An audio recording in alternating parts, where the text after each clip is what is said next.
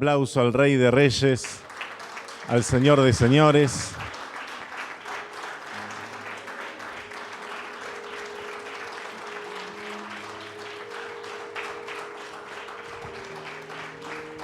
Gloria a Dios.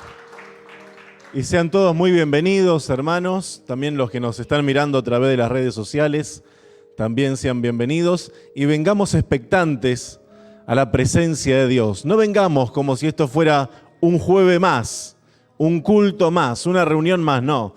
Vengamos expectantes pidiéndole a Dios, Señor, todo lo que tienes para mí, quiero tener un corazón receptivo, una fe genuina, real, verdadera, palpable, sonante, donde el Señor se pueda manifestar. Así que estemos expectantes y adoremos al Señor, porque la Biblia dice que el Señor se mueve, habita entre las alabanzas de su pueblo. Acordémonos cuando Pablo y Silas alababan al Señor en la cárcel, que dice que las cadenas se rompieron y las puertas de la cárcel se abrieron, y estemos también expectantes por la palabra. Amén. Vamos a entregar este momento en las manos del Señor. Vamos a pedir su bendición. Señor, gracias te damos una vez más por habernos hecho tus hijos, porque a todos los que te recibieron, a los que creen en el nombre de Jesús, les hiciste hijos e hijas tuyos. Señor, queremos adorarte y bendecirte en la hermosura de tu santidad, Señor. Queremos bendecir tu nombre, Señor, y adorarte y alabarte, Señor, porque grandes son tus obras y porque grande eres tú, Señor, porque eres más grande que tus obras, Dios mío. Señor, te adoramos y te bendecimos y te damos gracias, Señor, por habernos rescatado, por habernos limpiado, por haber santificado nuestra vida. Te damos gracias porque cuanto está lejos el oriente del occidente, hiciste alejar de nosotros nuestras rebeliones. Gracias, Señor, porque tú eres el que sana todas nuestras dolencias, eres el que rescata del hoyo nuestra vida. Eres el que nos corona de favores y de misericordias. Eres el que sacia de bien nuestra boca, de modo que nos rejuvenecemos como el águila. Señor, gracias te damos. Gracias, Padre, gracias, Señor. Te alabamos y te bendecimos y entregamos este tiempo en tus manos. Todo lo que acá se haga o se diga, Dios mío, sea bajo la dirección del Espíritu Santo de Dios. Gracias, Señor Dios mío. Adoramos tu nombre y te bendecimos desde ahora y para siempre. Padre, a ti oramos en el nombre de Jesús de Nazaret, Dios mío, porque hay poder en ese nombre, hay autoridad en ese nombre. Los principados y las potestades huyen en ese nombre. Los demonios se doblegan a ese nombre. Señor, en tu nombre hay perdón de pecados. En tu nombre hay sanidad para el enfermo. En tu nombre hay salvación para el perdido. No hay otro nombre bajo el cielo dado a los hombres en que podamos ser salvos. Gracias, Señor, te damos y a ti atribuimos toda la gloria, poder y majestad, Señor, en el nombre de Jesús. Amén y amén. Alabamos y bendecimos el nombre del Señor. Amén, hermanos. Pueden tomar asiento, por favor. Vamos a seguir adelante con el culto en esta tarde. Damos gracias al Señor por la oportunidad que nos da nuevamente de estar aquí reunidos en el día de hoy. Y como siempre puedo decir que el Señor guardó una vez más nuestra salida y nuestra entrada, como dice la palabra, ¿no? Es una de las promesas que el Señor nos ha dejado en su palabra y la vemos constantemente.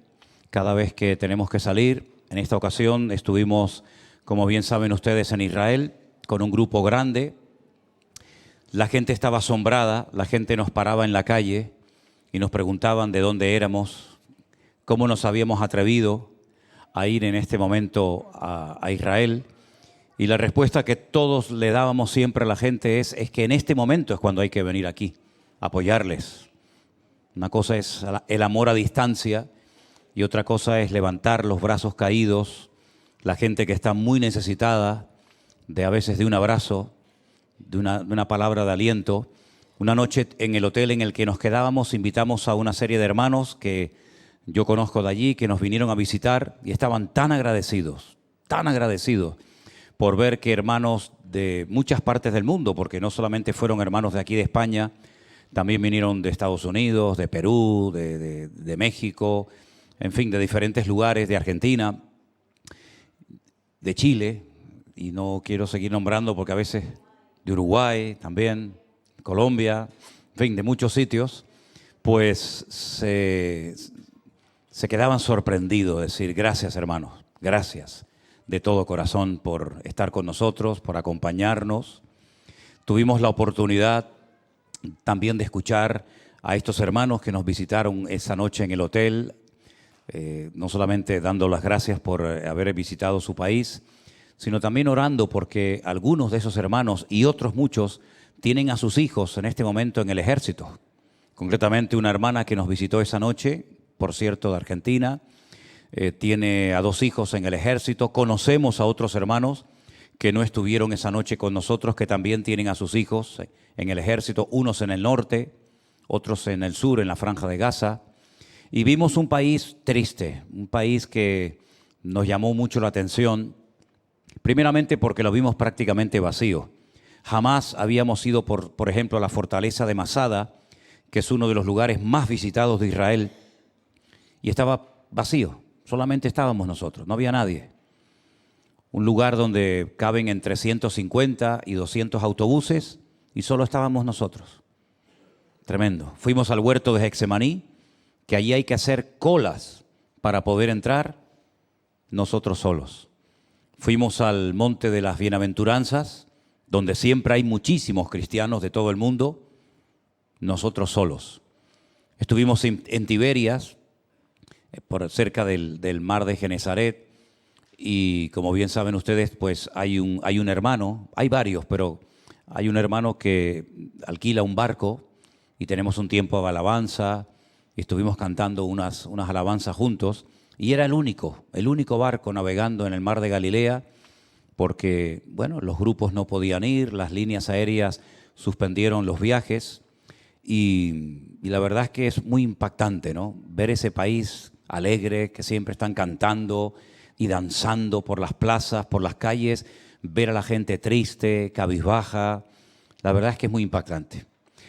Tuvimos también la oportunidad un día en la ciudad de Jaffa o de Jope de estar con los judíos, con las personas que están en hoteles, debido a que muchos de ellos han perdido sus casas, lo han perdido prácticamente todos en los kibutz donde vivían, y entonces nosotros pues financiamos un par de grupos para que pudieran salir de los hoteles y despejarse un poco, y coincidimos una mañana en la ciudad de Jope, había un día precioso, y estaban tan agradecidos, diciendo, mira, llevamos 90 días sin salir a ninguna parte, siempre escondiéndonos en los refugios, con nuestros hijos en el ejército, y saber que hemos podido realizar este día de excursión por Jope y por la ciudad de Tel Aviv, gracias a que ustedes nos han apoyado. El guía que estaba con ellos, que yo lo conozco hace años, también un argentino, bueno, me llamó aparte, nos abrazó, gracias por ayudarnos a salir un poco, a darnos trabajo. La gente muy agradecida, créame sinceramente que la gente sorprendida de vernos a tantos y muy agradecida, diciéndonos gracias hermanos, muchas gracias, no dejéis de orar por nosotros. Otra noche invité a un pastor amigo mío que vino con su hijo desde la ciudad de Askelon, una ciudad que ha sido muy castigada por los misiles que han estado lanzando, y estuvo una noche en el hotel también con nosotros, nos compartió un poquito de la situación de la obra.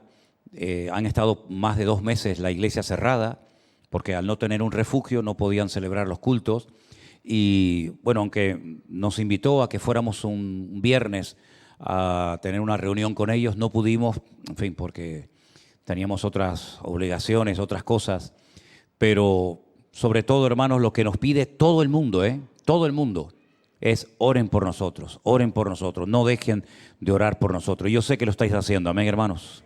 Yo sé que ustedes están orando como nos gustaría a nosotros que oraran por nosotros si nuestro país entrara en guerra, si entraran a nuestras casas hicieran las barbaridades que aquellos salvajes hicieron, donde todavía están apareciendo trozos de cuerpos, dientes, orejas, dedos, pelos, y todavía están tratando de localizar a mucha gente que quedó totalmente destrozada, pues cómo nos gustaría a nosotros, ¿verdad?, que nuestros hermanos de otras partes del mundo vinieran y nos visitaran y oraran por nosotros y nos dieran consuelo y nos dieran ánimo y nos dieran palabra. Así es que eso es lo que yo les puedo decir a grandes rasgos. Luego, pues bueno, pues como siempre, ¿no? Estuvimos en diferentes lugares, en la ciudad de Jerusalén, siempre nos quedábamos por seguridad, íbamos por la mañana a un lugar y siempre volvíamos a dormir a la ciudad de Jerusalén. Y luego cuando el grupo se marchó, nos quedamos 3 días. Tuvimos la oportunidad de reunirnos con 2 parejas, con 2 matrimonios en la ciudad de Tel Aviv, donde tuvimos una cena con ellos, también fue muy buena.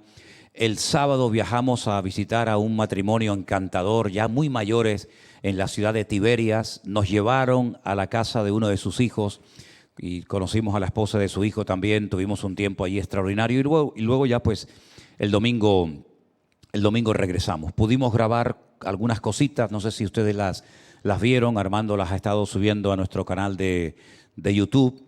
Y bueno, dicho sea de paso, todavía siguen por ahí apareciendo de vez en cuando canales falsos con nuestro nombre, con el logotipo. En fin, esto es el cuento de nunca acabar, ¿no? Gente que se hacen pasar por mí o con el nombre de nuestra iglesia, con el logotipo.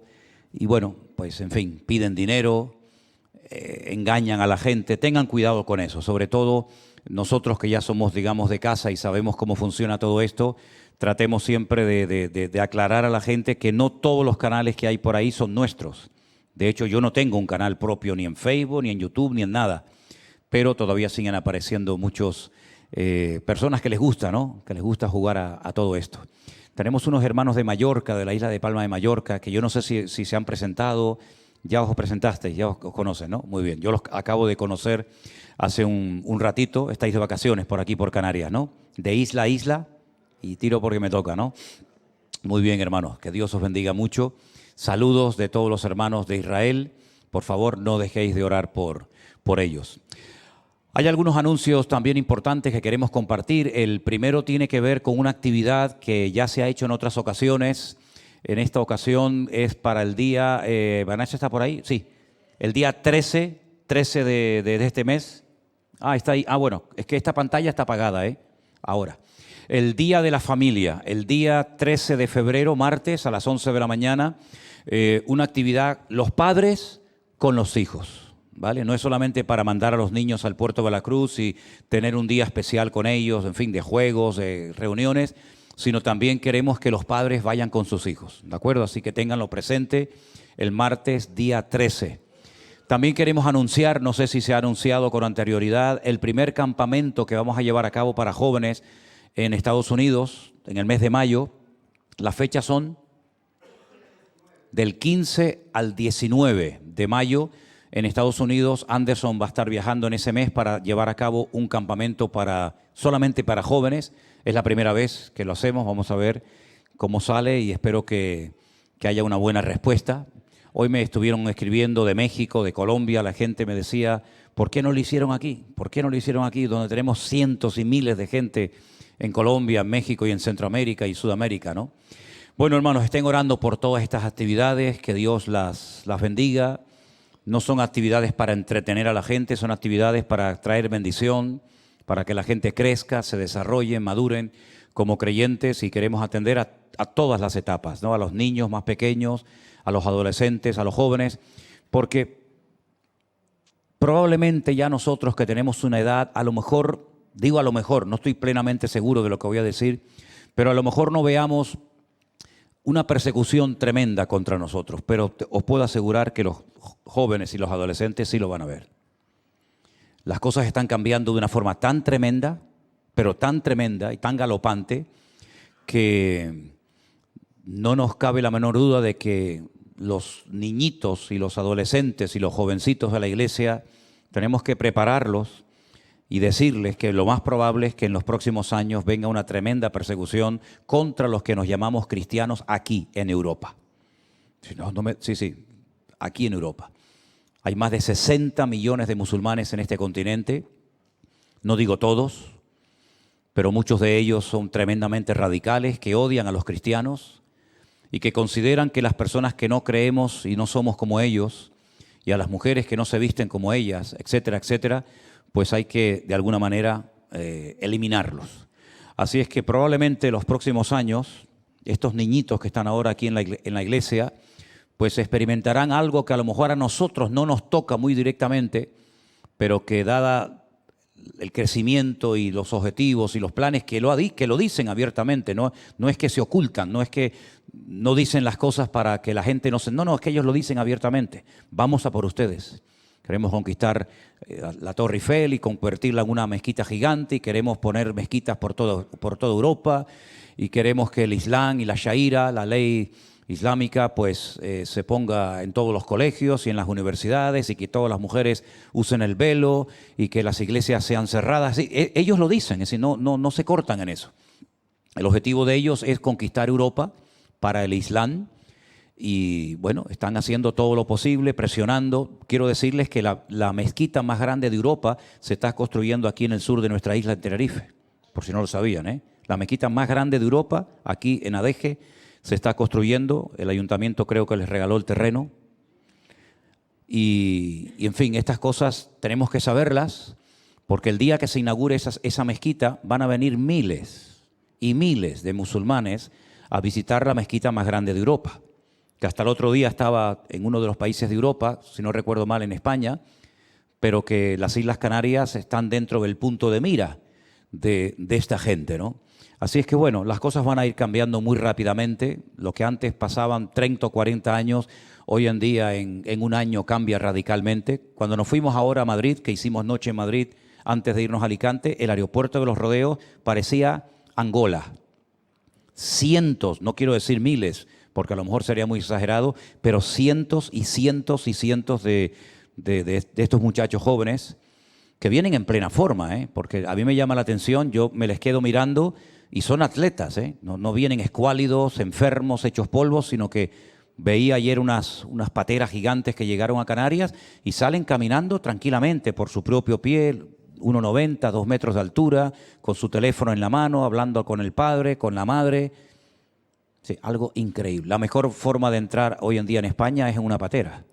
Tienes todos los derechos en 5 minutos, cosa que a lo mejor algunos de los que llevan años esperando por sus papeles a lo mejor no se los van a dar, o sí, ¿no?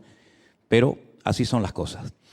En fin, oremos mucho para que el Señor nos ayude y no bajemos la guardia. Y hay que comenzar a enseñar a los jóvenes, a los adolescentes en la escuela dominical, que el futuro va a ser muy duro para ellos y su cristianismo no va a ser tan cómodo y tan fácil como ha sido para nosotros en los últimos años. Bueno, pasamos ya al mensaje, si les parece, queridos hermanos. Vamos a orar un momentito, cierre sus ojos si es tan amable, y vamos a pedir la bendición de Dios. El tema de hoy, o el mensaje de hoy, se titula Jesús en el Antiguo Testamento. Creo que vamos a aprender cosas muy interesantes, y para los que están tomando notas, pues vamos a leer una serie de pasajes bíblicos, tanto del Antiguo como del Nuevo Testamento, que nos van a ayudar mucho a descubrir a nuestro Señor Jesús en las páginas del Antiguo Testamento. Padre, te damos muchas gracias por este privilegio tan grande que nos estás dando en esta noche, de poder no solamente estar reunidos con un grupo de hermanos y saber que hay muchos hermanos también que están siguiendo en directo esta retransmisión, sino también, Señor, que tu palabra nos hable, que tu palabra nos ministre. Abre nuestros ojos, Señor, para que podamos disfrutar de este estudio y que tu corazón, Señor, sea puesto en el nuestro y podamos agradarte y crecer y madurar en todo lo que hagamos en esta vida. Ponemos este tiempo en tus manos, en el nombre de Jesús. Amén y amén. Yo estaba leyendo hoy ese pasaje del Nuevo Testamento en el Evangelio de Lucas, donde dice la palabra del Señor que un par de seguidores de Cristo no eran discípulos, porque la Biblia dice que después fueron a Jerusalén y le contaron lo que les había sucedido a los discípulos, pero eran personas que se habían identificado con el Señor. Y dice la palabra de Dios que iban camino a Emaús. Cuando uno llega al aeropuerto de Tel Aviv, en Israel, y va en dirección a Jerusalén, ves por el camino un lugar que se llama todavía Emaús. y en esa dirección iban dos personas que habían seguido al Señor, pero dice que iban tristes, iban desilusionadas, porque la palabra de Dios dice que según ellos esperaban que el Señor Jesús fuera el que trajera la redención a Israel y el que arreglara todos los problemas políticos, sociales y económicos del país, y además demostrara contundentemente de que Él era el verdadero Mesías. Pero resulta que 3 días habían pasado y ellos iban hablando por el camino de todo lo que había sucedido, y de repente aparece el Señor. No lo reconocen porque dice que sus ojos están velados para que no lo reconocieran, y les dice: ¿por qué estáis tristes? ¿De qué estáis hablando? Y le dice: ¿tú no has oído lo que ha sucedido en la ciudad de Jerusalén en estos días? Las cosas que han sucedido. Y él les dice: ¿qué cosas? Y le dice: ¿tú eres el único extranjero que no has oído lo que ha sucedido en Jerusalén? Y comienzan a contarle de cómo Jesús fue un profeta, según ellos, poderoso, y cómo hizo milagros y señales y prodigios, pero al final los gobernantes de esta nación lo mataron, y hace 3 días que no sabemos absolutamente nada de él, aunque algunas mujeres nos han dicho que lo han visto resucitado. Y entonces es cuando interviene el Señor y les dice: duros de corazón, ¿no habéis entendido todavía a estas alturas que era necesario que el Cristo padeciera y que fuera desechado y crucificado? Y dice que comenzó por todas las escrituras del Antiguo Testamento a intentar demostrarles que todo lo que le sucedió al Señor en su primera venida, todo estaba escrito. Nada fue por casualidad. Su muerte, su resurrección, el rechazo del pueblo de Israel, los latigazos, la traición que experimentó, todo estaba escrito. Por lo tanto, dice que a través de los profetas y de todos los escritos del Antiguo Testamento, pues dice que mientras Él les hablaba, después dijeron que ardían sus corazones. Y cuando reconocieron finalmente que el que tenían delante y les estaba hablando era nada más y nada menos que el Señor Jesús, dice que dieron media vuelta, se fueron a Jerusalén y fueron a la casa donde estaban sus discípulos reunidos y les contaron que lo habían visto y que a través de las Escrituras por fin lograron entender que todos los sufrimientos y todo lo relacionado con la primera venida del Señor Jesucristo, todo estaba escrito y nada fue por casualidad. Ahora bien, si comenzamos a leer la Biblia desde el principio, hay algunas personas que no comienzan a leer la Biblia por el principio, sino empiezan generalmente por el Evangelio de Juan o por los Evangelios, pero los que han empezado en alguna ocasión a leer la Biblia desde el principio y la conocen, ustedes se habrán percatado que hay muchas cosas que sucedieron, incluso personajes que existieron, que nos hablan de distintas características o aspectos de la vida del Señor Jesucristo. Por ejemplo, vamos a comenzar leyendo el pasaje de Números capítulo 21, donde se nos relata una historia tremendamente interesante y dice lo siguiente. Números capítulo 21, versículo 14, dice la palabra del Señor lo siguiente: después partieron del monte de Hor, camino del Mar Rojo, para rodear la tierra de Edom, y se desanimó el pueblo por el camino. ¿Cuántos de los que están aquí, honestamente, podrían decir que en algún momento de tu vida tú te has desanimado en tu comunión con el Señor? Gracias, Yolanda. ¿Los demás no? Gracias, hermano. Yo sé que cuando yo predico, yo parto de la base de que el nivel espiritual de ustedes es tremendamente elevado y a veces algunas cosas que yo digo, ustedes no se sienten identificadas con ellas. Pero la Biblia nos enseña que todo el pueblo se desanimó. Y no hay nada peor que ver a un creyente desanimado. Porque el desánimo nos lleva a la tristeza a la amargura y la amargura a la muerte. Y cuando una persona está triste, deprimida, decaída, todo lo que dice, todo lo que hace, probablemente lo haga o lo diga mal. Y en esta ocasión, ese desánimo hizo que el pueblo comenzara a murmurar, a hablar mal contra Dios y por supuesto también contra Moisés. Dice que todo el pueblo habló contra Dios y contra Moisés. Y miren lo que decían: ¿por qué nos hiciste subir de Egipto para que muramos en este desierto? ¿Era realmente ese el objetivo de Dios? ¿Sacarlos de Egipto para matarlos en el desierto? En absoluto. Era el objetivo de Moisés sacar a su pueblo, a sus familiares, a sus hermanos, a sus amigos al desierto para que terminaran muriendo de sed o de hambre. En absoluto.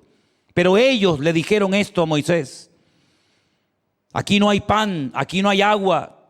Nuestra alma tiene fastidio de este pan tan liviano. Se referían al maná. Y el Señor envió entre el pueblo serpientes ardientes o serpientes venenosas que mordían al pueblo, y murió mucho pueblo de Israel. Miles y miles de personas murieron. Esas serpientes venenosas estaban en el desierto, siempre han estado y siempre estarán en el desierto. Pero lo que hizo que esas serpientes salieran de la arena fue la forma negativa como ellos comenzaron a hablar. Es decir, mientras ellos hablaban bien, mientras obedecían y bendecían al Señor, esas serpientes a ellos no les afectaban, aunque ahí estaban. Pero en el momento en el que cambian su forma de hablar y se ponen a quejar y se ponen a hablar mal de Dios y se ponen a hablar mal de los planes del Señor y del siervo de Dios, de Moisés, automáticamente esas serpientes que estaban ahí en el desierto salen a la superficie y comienzan a picar a la gente, y miles murieron. Entonces el pueblo vino a Moisés y le dijo: hemos pecado por haber hablado contra Dios y contra ti. Ruega al Señor que quite de nosotros estas serpientes. Y Moisés oró por el pueblo. Ruega por nosotros, ora por nosotros para que este problema desaparezca de entre nuestras tiendas de campaña. Y el Señor le dijo a Moisés: hazte una serpiente ardiente. Una serpiente de bronce, dice realmente el texto original. Ponla sobre un asta, y cualquiera que fuere mordido y mirare a ella, vivirá. Moisés hizo una serpiente de bronce y la puso sobre un asta, y cuando alguna serpiente mordía a alguno, miraba a la serpiente de bronce y vivía. Una cosa extraña, esa serpiente de bronce, ese objeto metálico, con el paso del tiempo, lamentablemente se terminó convirtiendo en un objeto de adoración, de culto. Y fue en los días del rey Ezequías que dijo: ¿cómo está la gente orando y presentándole ofrendas y quemando incienso a esta serpiente de bronce, a este pedazo de hojalata? Y dice que la destruyó. Pero me llama mucho la atención que en el Evangelio según San Juan, en el capítulo 3, el Señor Jesucristo hace referencia a este acontecimiento que acabamos de leer. Y estas son palabras de Jesús: nadie subió al cielo, sino que el que descendió del cielo, el Hijo del Hombre que está en el cielo. Y como Moisés levantó la serpiente en el desierto, así es necesario que el Hijo del Hombre sea levantado, para que todo aquel que en él cree no se pierda, mas tenga vida eterna. ¿Cuántos dicen amén? Ahí vemos un pasaje bíblico donde miles de personas están muriendo por haber hablado mal. Las serpientes están picando, serpientes venenosas. La gente llega un momento que reconoce su pecado, piden perdón, y entonces hace algo el Señor que le indica a Moisés que construya una serpiente de bronce para que la gente cuando mire, no es que la serpiente les iba a sanar, sino simplemente era como una forma de prepararles mentalmente de que algún día, mirando a un asta o a una cruz, a alguien que llevaría el pecado y la maldición de todo el pueblo, serían salvos. Y eso fue lo que dijo el Señor. Moisés levantó la serpiente en el desierto. Los que se fiaron de aquello y la miraron fueron salvos. Y Él está diciendo: a mí también me van a levantar. En otras palabras, a mí también me van a clavar. En este caso, en un madero, en una cruz. Para que todo aquel que me mire y crea a mí no se pierda, mas tenga vida eterna. ¿Cuántos dicen amén? Hubo uno clavado el mismo día y en el mismo monte, en el mismo lugar donde estaba también crucificado el Maestro. Y se le quedó mirando y le dijo: acuérdate de mí cuando vengas en tu reino. Y el Señor le dijo: hoy estarás conmigo en el paraíso. Qué bendición saber que en medio del veneno mortal de la humanidad en la que vivimos, si tú quieres cambiar, si tú quieres salvarte de ese veneno que todo ser humano lleva por dentro, que se llama el pecado, que es lo que nos separa y nos excluye de Dios, y así le va al mundo. Si tú reconoces en algún momento determinado, como ellos reconocieron, que habían pecado, que lo habían hecho mal, que se habían equivocado, que habían hablado incorrectamente, si tú reconoces todo eso, hay esperanza también para ti. Y esa esperanza es mirarlo a Él, creer en Él, aceptarlo a Él. Y entonces serás salvo y pasarás de muerte a vida. ¿Cuántos dicen amén? Aquí vemos un pasaje bíblico donde vemos que el Señor lo cita, se lo sabía de memoria, y Él se compara con aquella serpiente para decirle a la gente: el que me mire y confíe en mí será salvo, como vuestros antepasados no perecieron por el veneno de las serpientes. Hay otro pasaje muy interesante en el libro del Éxodo, capítulo 16, pasaje muy conocido, donde dice la Biblia en el verso 1: partió luego de Elín toda la congregación de los hijos de Israel. Otra vez se metieron en otra parte del desierto, en este caso en el desierto de Sin, que está entre Elín y el Sinaí, a los 15 días del segundo mes después que salieron de la tierra de Egipto. Y toda la congregación de los hijos de Israel otra vez murmura contra Moisés y contra Aarón en el desierto. Mira, si tú comienzas a buscar en la Biblia todas las veces que Israel pecó, todas las veces que Israel se quejó, todas las veces que le echaba la culpa a Aarón, a Moisés, a Dios o a quien fuera, yo creo que te van a hacer falta muchos rotuladores. Se van a acabar la tinta de muchos rotuladores, porque es que es algo constante en la vida de esta gente. Siempre quejándose, siempre echándole la culpa a Dios. Ellos nunca reconocían sus pecados o pocas veces lo reconocían, y en esta ocasión otra vez vuelven a murmurar. Y toda la congregación, dice el versículo 2, murmuraron contra Moisés, contra Aarón, y les decían: ojalá hubiéramos muerto por la mano de Dios en la tierra de Egipto, cuando nos sentábamos a las ollas de carne, cuando comíamos pan hasta saciarnos, pues nos habéis sacado a este desierto para matar de hambre a toda esta multitud. Oye, las tonterías que dice uno cuando está mal, ¿eh? ¿Te has dado cuenta? Ojalá nos hubiéramos muerto en Egipto. Por lo menos moriríamos de otra cosa, pero no de hambre, como ustedes nos quieren matar. Echan de menos la esclavitud. Quieren volver atrás y comienzan a orar y comienzan a decir cosas terribles.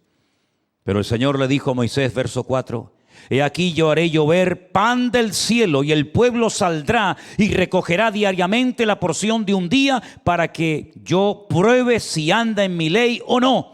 Mas en el sexto día prepararán para guardar el doble de lo que suelen recoger cada día. ¿Por qué? Porque el día siguiente, el séptimo día, el día del reposo del Shabbat, no iba a caer maná. Entonces la Biblia dice que el día anterior, el sexto, tenían que recoger para ese día y para el día siguiente.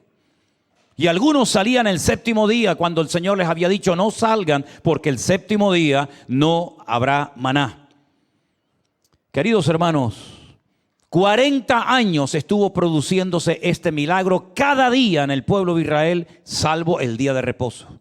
40 años seguidos. Todos los días salían al campo y recogían el maná, y estuvieron comiendo, como llama la Biblia, pan del cielo. El Señor Jesucristo, que conocía perfectamente ese pasaje bíblico y esa historia, en el Evangelio también de Juan, capítulo 6, verso 48, miren lo que dice: yo soy el pan de vida. Vuestros padres comieron el maná en el desierto y murieron. Este es el pan que desciende del cielo, para que el que de él come no muera. Yo soy el pan vivo que descendió del cielo. Si alguno comiere de este pan, vivirá para siempre. Y el pan que yo le daré es mi carne, la cual yo daré por la vida del mundo. ¿Cuántos dicen amén? El Señor Jesucristo dijo: vuestros antepasados comieron el maná, pero ninguno de ellos vivió. Todos murieron. Pero yo, que soy el pan verdadero que desciende del cielo, el que come de mi carne, y está hablando metafóricamente, no literalmente, no morirá jamás, sino que pasará de muerte a vida y tendrá vida eterna. Ese pan, esa comunión, esa relación con el Señor, tú la tienes que mantener fresca y viva cada día. Tú eres el máximo responsable de cuidar tu comunión con Dios. No le eches la culpa al gobierno, no le eches la culpa al mundo, al diablo, al pastor, a la iglesia o a quien tú quieras. Si tu relación no funciona, tú eres la persona responsable de orar cada día, de leer la palabra cada día, de buscar momentos para estar a solas con Dios, sin teléfono, sin ordenadores, sin que nada te perturbe. Tú eres la persona más responsable de cuidar tu relación y tu comunión con el Señor. Si tú comes de Él, si tú tienes comunión con Él, tú no te vas a morir de hambre espiritualmente hablando. El vacío de tu corazón va a desaparecer. No vas a tener esa insatisfacción permanente, que algo me hace falta, y compras, otros comen y comen. Y cada uno quiere llenar, ¿verdad?, el vacío de su corazón de una forma diferente. A unos comiendo, otros viajando. Pero mi querido hermano, el pan de vida, que es nuestro Señor Jesucristo, es lo único que puede saciar tu alma y tu apetito espiritual, y que nunca pierdas el apetito, porque cuando una persona pierde el apetito es porque está enferma, algo le está pasando. Amén, hermanos. Señor Jesucristo se comparó con aquel maná del desierto, como se comparó con la serpiente del desierto. Y vemos otro pasaje más en el Antiguo Testamento, un reflejo, una pincelada de lo que ocurriría en el ministerio de nuestro Señor Jesucristo. Pero hay un pasaje interesantísimo en el Evangelio de Mateo. Vengan conmigo, si tienen su Biblia, por favor, al capítulo 12 del Evangelio de Mateo. A partir del verso 38, miren qué interesante estas palabras del Señor Jesucristo. Entonces le respondieron algunos de los escribas y de los fariseos diciendo: Maestro, deseamos ver de ti señal. Como si fuera una especie de mago, ¿no? Haz algún truco, haz algún milagrito, alguna señal para que nos convenzas y así creamos en ti. ¿Pero esto qué es? Pidiéndole al Señor que haga señales. Miren lo que le dice el Señor. Les dijo: la generación mala y adúltera, que era la de él, demanda señal, pero la señal no le será dada, sino la señal del profeta Jonás. Claro, uno tiene que saber qué le pasó a Jonás para entender qué es lo que está tratando de decirles el Señor a estos escribas y a estos fariseos. Hay un libro pequeñito, pero muy profundo, muy interesante en el Antiguo Testamento, que se llama el libro del profeta Jonás, donde encontramos a un profeta, un siervo de Dios, recibiendo un llamado para ir a otro país, a otra nación, a predicar un mensaje de advertencia, de arrepentimiento. Jonás entiende el mensaje, Jonás entiende el llamado, pero se niega a ponerlo en práctica. La Biblia dice que él vivía en Israel, pero el Señor lo estaba mandando a Nínive, lo que sería hoy en día Irak aproximadamente. La gente que vivía en aquella zona eran perversas, eran terribles. Y él no quería bajo ningún concepto ir a ese lugar a predicarles la palabra, porque él sabía como siervo de Dios que si se exponían y oían la palabra de Dios, podía hacer que se arrepintieran. Y si se arrepentían de sus pecados, Dios los iba a perdonar. Y como él no quería que Dios los perdonara, sino que los castigara, dijo: yo no voy a predicarles la palabra. Y si no voy, ¿cómo van a creer? Si allí no hay profetas verdaderos, allí son idólatras, allí son pervertidos, allí son terribles. Entonces prefiero negarme al llamado de Dios y salirme con la mía. ¿Tú crees que le vas a ganar a Dios? ¿Tú crees que le vas a ganar a Dios en algo? En nada. Jonás lo que hace, se va a la ciudad de Jope, de Jaffa, donde hemos estado hace unos días, coge un barco, paga su pasaje y se quiere ir en dirección opuesta, en la dirección contraria a Nínive. Si Nínive está a la derecha, él se quiere ir a la izquierda. Dice que el barco se dirigía a un lugar llamado Tarsis. Tarsis es el sur de España, la provincia de Huelva. Cruzar todo el Mediterráneo para no aceptar el llamado de Dios, que sabía lo que tenía que hacer. En medio de la navegación se levanta una tempestad de tal magnitud que dice que los marineros tuvieron pánico de perecer. Se ponen a orar cada uno a sus dioses, eran paganos, eran idólatras. Y este se va al camarote de más abajo y se echa a dormir. El capitán llega al camarote y le dice: ¿qué haces, dormilón? Estamos a punto de morir. ¿Por qué no te levantas y clamas a tu Dios? Y le dicen: ¿pero tú quién eres? ¿Cómo es posible que tengas esta, si me permiten, esta pachorra de saber que nos estamos muriendo o podemos morir en cualquier momento y el barco se va a hacer 20,000 pedazos y tú no clamas a Dios? ¿Tú quién eres?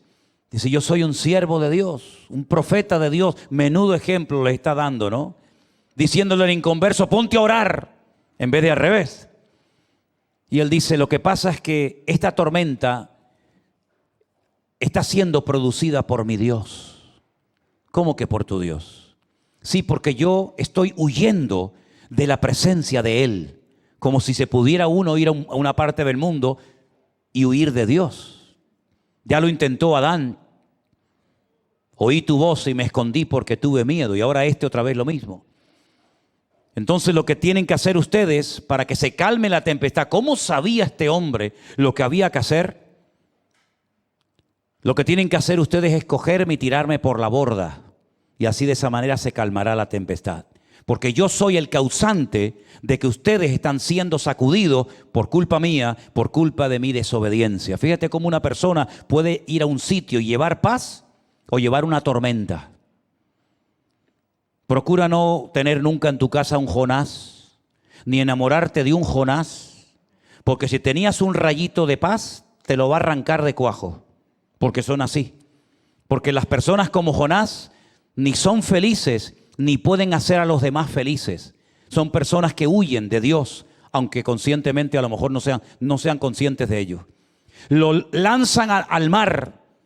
¡Qué valor, qué valor decir: tíreme por la borda en un mar en tempestad! Tremendo. Pero prefiere morir antes de arrepentirse y reconocer que lo estoy haciendo mal y que tengo que ir a Nínive porque Dios me dice que tengo que ir allí a predicar. Él cree que se va a morir y los ninivitas van a morir, pero Dios nunca pierde, querido hermano. ¿Cuántos dicen amén? Dios nunca pierde. El Señor dice que tenía preparado un enorme pez, no habla de ballena en ningún momento, habla de un enorme, de un gigantesco pez que lo encontró y se lo tragó. Y allí estuvo 3 días y 3 noches dentro del vientre de aquel enorme pez. Fue tan grande el pánico, el terror que tenía ese hombre en la oscuridad. Si la tormenta arriba era terrible, imagínate dentro de un pez navegando por el fondo del mar. Fue tan grande el pánico que cogió, que dice la Biblia que invocó a Dios desde la angustia, desde la desesperación, y Dios lo oyó y le dio la orden al pez de que lo vomitara en una playa. Y entonces al final dice: está bien, Dios, está bien, tú ganas, me voy a Nínive. Y se fue a Nínive, y todos conocemos el resto de la historia. ¿Creen ustedes que Jesús había leído en alguna ocasión el libro de Jonás? ¿Qué opinan? Sin ninguna duda, ¿verdad? Pues mira lo que dice el Señor: la señal que ustedes van a ver es la señal del profeta Jonás. Porque como estuvo Jonás en el vientre del gran pez 3 días y 3 noches, así estará el Hijo del Hombre en el corazón de la tierra 3 días y 3 noches. ¿Cuántos dicen amén? Él sabía cómo iba a morir. Jonás estuvo en el vientre de un enorme pez. Yo estaré en el vientre, en el corazón de la tierra 3 días y 3 noches. No por desobediente como Jonás, sino por haber cargado voluntariamente el pecado, la iniquidad, la perversión de cada uno de ustedes. Yo también estaré enterrado 3 días y 3 noches, pero resucitaré al tercer día. En otras palabras, una porción bíblica más. Ya hemos visto la de la serpiente, la del maná, ahora la de Jonás. Cómo se ve al Señor Jesucristo en todas las páginas, en todos los libros del Antiguo Testamento. Uno realmente se queda sorprendido cuando lee las páginas del Antiguo Testamento, cómo aparece de alguna manera, alguna característica, algo del ministerio de la primera o de la segunda venida del Señor en las páginas del Antiguo Testamento. Voy a ponerles un ejemplo más. ¿Quién no ha oído hablar alguna vez del sumo sacerdote? ¿Verdad? Hasta el otro día teníamos ahí en la entrada de la iglesia como una especie de maniquí, ¿no? De muñeco que hicimos en su época, en su momento, con las vestiduras del sumo sacerdote, para que ustedes se hicieran una idea de cómo se vestía aquel hombre y qué función cumplía en el pueblo de Israel. El sumo sacerdote era el representante del pueblo delante de Dios, y al mismo tiempo también representaba en cierto sentido a Dios delante del pueblo. Tenía el privilegio de ir vestido de una forma diferente a todos los demás. Llevaba piedras preciosas en el efod, en el pectoral, y en esas piedras aparecían los nombres de las tribus de Israel. Llevaba una mitra, un sombrero con una plancha de oro que decía santidad al Señor. Era realmente un privilegio poder ser sumo sacerdote. Pero el mayor privilegio de todos los que tenía este hombre era que una vez al año, sí, una vez al año solamente, podía entrar al lugar santísimo, a lo más profundo del templo del tabernáculo, y allí postrarse delante de Dios e interceder y orar por el pueblo que fuera estaba esperando a que él clamara por misericordia para el pueblo durante ese año.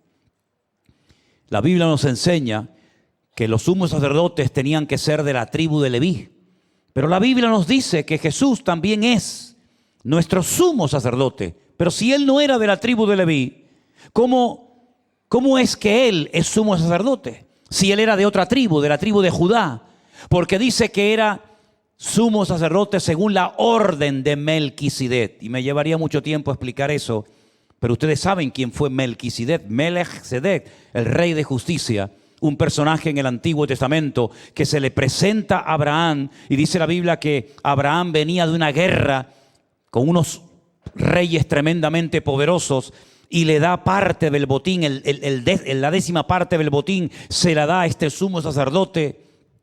No sabía de dónde salió este hombre, no conocía quién era su padre, su madre, no había ninguna genealogía que pudieras estudiar en profundidad este personaje, pero con él comparte pan y vino. Y dice la Biblia que Jesús es sumo sacerdote según la orden, según la línea de Melquisedec. Y por eso en Hebreos capítulo 7, versículo 22, dice: por tanto Jesús es hecho fiador de un mejor pacto. Y los otros sacerdotes llegaron a ser muchos debido a que por la muerte no podían continuar. Mas este, por cuanto permanece para siempre, tiene un sacerdocio inmutable, por lo cual puede también salvar perpetuamente a los que por él se acercan a Dios, viviendo siempre para interceder por ellos. Así que el sumo sacerdote del Antiguo Testamento es un tipo, es un botón de muestra más, un ejemplo más de cómo Cristo aparece también en el sacerdocio del Antiguo Testamento. Y algunos se preguntarán: ¿y por qué Cristo aparece en Génesis, en Éxodo, en Números, en Levítico, en Deuteronomio, en Samuel, en Jueces, en todos los libros de la Biblia? Porque no hay otro nombre bajo el cielo dado a los hombres por medio del cual podamos ser salvos. Porque Él es el único mediador entre Dios y los hombres. Y porque Él es el único camino que lleva directamente al corazón del Padre. Él es el camino, Él es la verdad y Él es la vida. Y así como Él vino una primera vez, volverá por segunda vez. Algunos no lo esperaban en la primera venida, como tampoco muchos no lo están tampoco esperando, ni siquiera preparándose para su inminente segunda venida. Pero si leemos, por ejemplo, el libro de los Salmos, que es el libro que más capítulos tiene del Antiguo Testamento, nada más y nada menos que 150 capítulos, pues en cada uno de esos salmos, o en la mayoría de esos salmos, también se le ve. Por ejemplo, en el Salmo 118 se le llama a él la piedra angular. ¿Saben ustedes la historia de una piedra que llegó a Jerusalén, que iba destinada al templo, y por lo visto los que estaban edificando la desecharon? Dijeron: no, esta piedra viene defectuosa, esta piedra es diferente a todas las demás. Y cogieron esa enorme piedra y la lanzaron al torrente del Cedrón, a un barranco que hay allí en la ciudad de Jerusalén.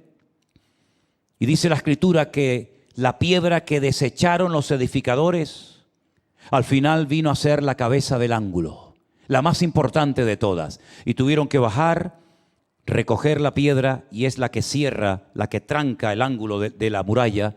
Y al final lo que desecharon se convirtió en la piedra más importante.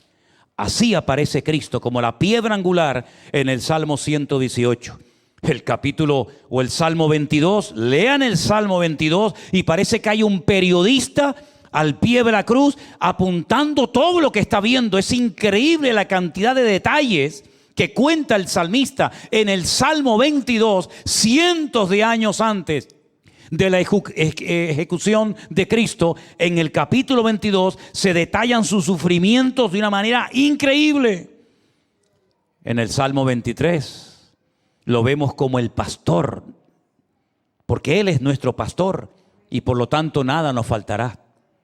En el Salmo 89 lo vemos como el descendiente real y legítimo de David para ocupar el trono de Israel. En el Salmo 16 se nos habla de la resurrección del Mesías. En el 41 de la traición que experimentaría por parte de uno de sus discípulos. En el Salmo 68 se habla de su ascensión. En el Salmo 110 se nos presenta a Él como el sacerdote, como el rey y como el juez justo de toda la tierra. Así que no solamente vemos en capítulos y versículos del Antiguo Testamento, también lo vemos en un libro entero que es el libro de los Salmos, que apuntan en la misma dirección hacia Él. Pero ¿qué me dicen ustedes? Hay personajes del Antiguo Testamento que se parecen en algunos aspectos a cosas del Señor Jesucristo. Por ejemplo, Moisés.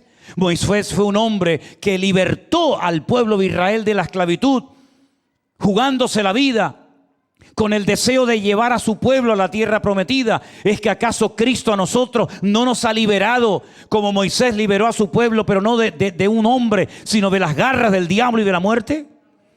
¿No vemos en José pinceladas y aspectos de la vida de Cristo? Aquel joven bendecido, aquel joven con la bendición de Dios sobre su vida, que es rechazado, que es expulsado de su casa por sus propios hermanos, y que por mantenerse fiel, el Señor luego lo exalta y llega a ser una de las personas más importantes de Egipto y del mundo entero. No vemos en Cristo cómo fue rechazado y escupido y maltratado, y al final, después de esa humillación, Dios el Padre lo levanta hasta lo alto y le da un nombre que es sobre todo nombre, el nombre de Jesús. No vemos en David características de Cristo. No lo vemos a él, ¿verdad? Durante muchos años que nadie sabía nada de él, hasta que aparece en escena y Samuel lo unge con aquel aceite especial y llega a ser el que unifica todas las tribus de Israel y llegó a ser el rey más importante de la historia de ese país. No vemos en Cristo como Él durante 30 años no sabemos prácticamente nada de Él, hasta que finalmente es ungido por el Padre en el río Jordán, oyendo la voz audible del Padre diciendo: este es mi Hijo amado en el cual tengo toda complacencia. Óiganlo, síganlo, obedézcanlo a Él. Así que, hermanos queridos, si usted quiere buscar a Cristo en el Antiguo Testamento, lo vas a encontrar por todas partes. Pero una cosa es que tú lo veas y lo descubras en los capítulos, en los personajes, en los salmos. Y otra cosa es que tú lo descubras y lo conozcas personalmente como tu Señor y Salvador personal. Y eso es lo que quiero que en esta tarde todos y cada uno de nosotros hagamos. Que lo invitemos a Él a que sea el Señor de nuestras vidas. Porque si no tienes tanta paciencia para ir buscándolo en las páginas de la Biblia, ten por lo menos la paciencia, ya que Él la ha tenido mucho contigo, de decirle en esta noche: Señor, perdona mis pecados. Ven a mi corazón. Yo te recibo hoy como mi Señor y mi Salvador personal. Y si aquí entre nosotros o en las casas que nos están viendo hay alguien que dice: yo nunca he tomado esa decisión. Nací en un país católico, pero eso no significa nada. Si usted hubiera nacido en Irán, ¿hubiera sido católico? Si hubieras nacido en Afganistán, ¿hubieras hecho la primera comunión como la hiciste? Seguramente que no. Todo depende del país, de la cultura, de los padres que tuviste. Pero la salvación no se transmite, no se hereda genéticamente de padres a hijos, sino que es una decisión personal que cada persona tiene que tomar en algún momento determinado de su vida. Y hoy llegó tu oportunidad. Ya no tenemos entre nosotros ni a Pablo, ni a Pedro, ni a Santiago, ni a María Magdalena, ni a Ruth, ni a Abraham, ni a Moisés. Ya esos personajes ya no están entre nosotros. Estamos en otro tiempo, en otra etapa de la historia. Pero queridos hermanos, todavía el hombre sigue necesitando urgentemente, yo creo, más que nunca, pactar y tener a Cristo en su corazón. ¿No les parece? Vengo de un país que tuvo el privilegio de ser el único país del mundo elegido por Dios. Los milagros más grandes que jamás Dios ha hecho, los hizo por ese pueblo. Pero todavía sigue habiendo gente, como me dijo uno en un hotel, yo no necesito clamar a Él para nada, porque no siento esa necesidad. Y le dije, qué curioso que no sientes la necesidad de clamar a Él, de buscarlo a Él, pero sí sientes la necesidad de venir al hotel donde yo estoy a pedirme dinero. Lo que tú necesitas no es dinero. Lo que tú necesitas es conocerlo a Él. Porque cuando lo tengas a Él, aunque las cosas te vayan igual o peor, cuando lo tienes a Él, no necesitas absolutamente de nada ni de nadie. Podrás dormir tranquila, te cases o no, venga tu marido o no, seas madre o no, seas sana o sano de tu enfermedad o no, las circunstancias son cambiantes y pueden venir a favor o en contra. Pero cuando tú lo tienes a Él, tienes la perla de gran precio. Y algún día veremos en las páginas del Nuevo Testamento cómo se le llama, con qué títulos se le llama, se le define, se le describe, para que veas que la experiencia más grande que puedes tener en esta vida no es la de que te toque una lotería, una quiniela. No es la de ser madre o padre, o abuelo o abuela. La experiencia más hermosa del mundo es la de conocer al Señor Jesús como tu Señor y Salvador personal. Cierra tus ojos, por favor. Ahí donde estás. Aleluya. Aquellos que iban camino a Emaús iban tristes porque iban solos. Pero cuando el Señor se presentó, les cambió la vida. Porque cuando Cristo se presenta en una vida, la tristeza se disipa y se convierte en paz. La paz que sobrepasa todo entendimiento humano.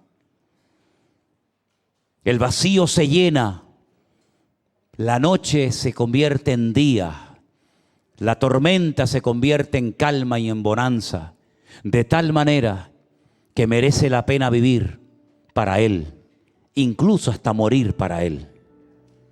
Porque ya sea que vivamos o muramos, somos del Señor. Y nosotros no tenemos que pedirle, Señor, haznos un milagrito, haznos una señal que nos convenza. Ya no hace falta pedir nada de eso. Porque su muerte y su resurrección fueron la señal más grande de todos los tiempos de la humanidad. Y hoy podemos decir, creo en ti, Señor. Dígalo conmigo. Yo creo en ti, Señor Jesús. Yo me rindo a ti, Jesús. Yo te adoro a ti, Señor Jesús. Aleluya. Aquel hombre dijo, si no veo, no creo. Si no meto mis manos en su costado y en sus manos, no creeré. Pero cuando le vio delante de sí, dijo, Dios mío, Dios mío. Hoy el Señor viene a tu corazón y golpea en la puerta de tu mente, de tu voluntad. Y te dice, déjame entrar. Quiero estar contigo. Quiero acompañarte en el camino de la vida. No quiero que te ahogues en las tormentas de este mundo. Cuando tengas hambre, yo seré tu pan. Cuando tengas sed, yo seré tu río de agua viva. Cuando las puertas se cierren, Él será tu puerta abierta. Y cuando te sientas solo en la vida, Él te dirá, yo soy tu pastor que nunca te abandonaré. Aleluya. Gracias, Señor, por tu inmenso e infinito amor. Gracias por ser mi camino, mi verdad y mi vida, Señor. Gracias por ser mi amado, señalado entre mil. mi varón de dolores experimentado en quebranto. Aleluya. Gracias por ser, Señor, quien eres. Me rindo a ti. Me postro delante de tu altar. Si usted hoy le quiere entregar su vida al Señor Jesucristo, dígale: Señor, yo te pido perdón por mis pecados. Yo quiero que tú limpies mi corazón. Yo quiero nacer de nuevo y conocerte y amarte y servirte todos los días de mi vida. Me rindo a ti, dígaselo al Señor. Me rindo a ti, Señor Jesús. Aleluya. Gracias, Señor. Póngase de pie conmigo y dígale una palabra bonita al Señor. Dígale: Señor, te amo, Jesús. Te amo, amado mío. Aleluya. Gracias, Jesús.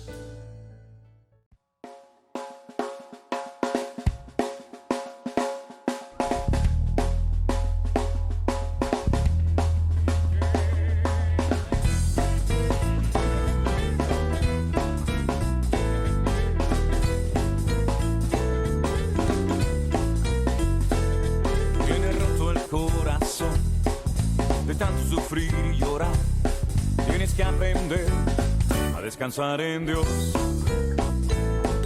No importa lo que te dijeron, no importa lo que te hicieron, tienes que aprender a descansar en Dios.